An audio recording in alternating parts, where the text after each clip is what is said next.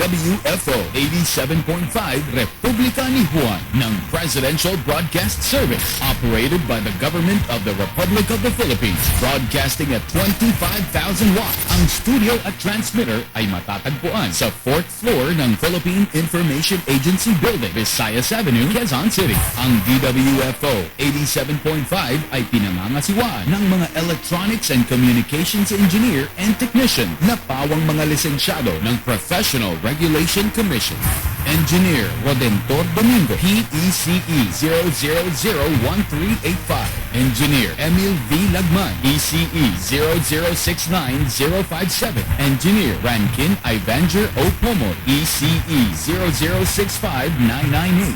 Bright M. Lista, ECT 0009765. Nicomedes R. Bernales Jr., ECT 0000696 and 95-1PXI-12653.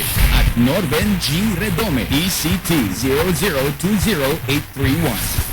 DWFO 87.5 will now be signing off.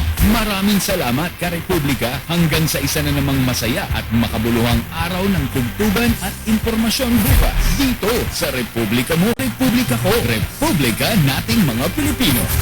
87.5 Republika, Republika ni Juan. Ladies and gentlemen, the Philippine National Anthem.